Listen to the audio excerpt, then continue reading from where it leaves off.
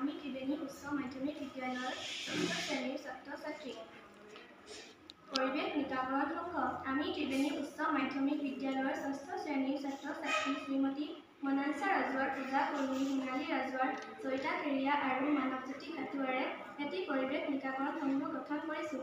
এই সংঘৰ দ্বাৰা আমি আমাৰ বিদ্যালয়ৰ চৌপাশে সৃষ্টি হোৱা আৱৰ্জনাবোৰ পুনৰ ব্যৱহাৰ হোৱা আৰু পুনৰ ব্যৱহাৰ নোহোৱা দুটা ভাগত পৃথক কৰি পুনৰ ব্যৱহাৰ নোহোৱা সহজে পচি নোযোৱা আৱৰ্জনাবোৰ আৱৰ্জনা পেলোৱা বাকচত ভৰাই থ'ম।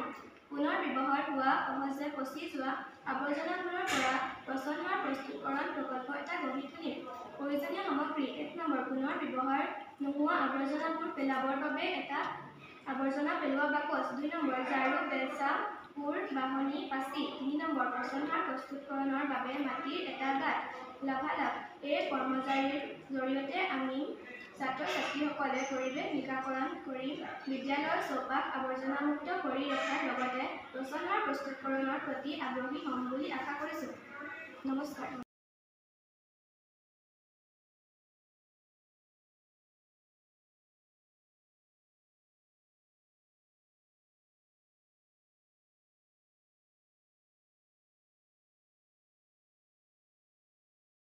আমি ত্ৰিবেণী উচ্চ মাধ্যমিক বিদ্যালয়ৰ ৬ষ্ঠ শ্ৰেণীৰ ছাত্ৰ ছাত্ৰী।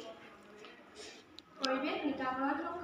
আমি ত্ৰিবেণী উচ্চ মাধ্যমিক বিদ্যালয়ৰ ৬ষ্ঠ শ্ৰেণীৰ ছাত্ৰ ছাত্ৰী শ্ৰীমতী মনাঞ্চা ৰাজৱাৰ, পূজা কৰ্মী, সোণালী ৰাজৱাৰ, চৰিতা কেৰিয়া আৰু মানৱজ্যোতি খাটুৱাৰে এটি পৰিৱেশ নিকাকৰণ সংঘ গঠন কৰিছোঁ।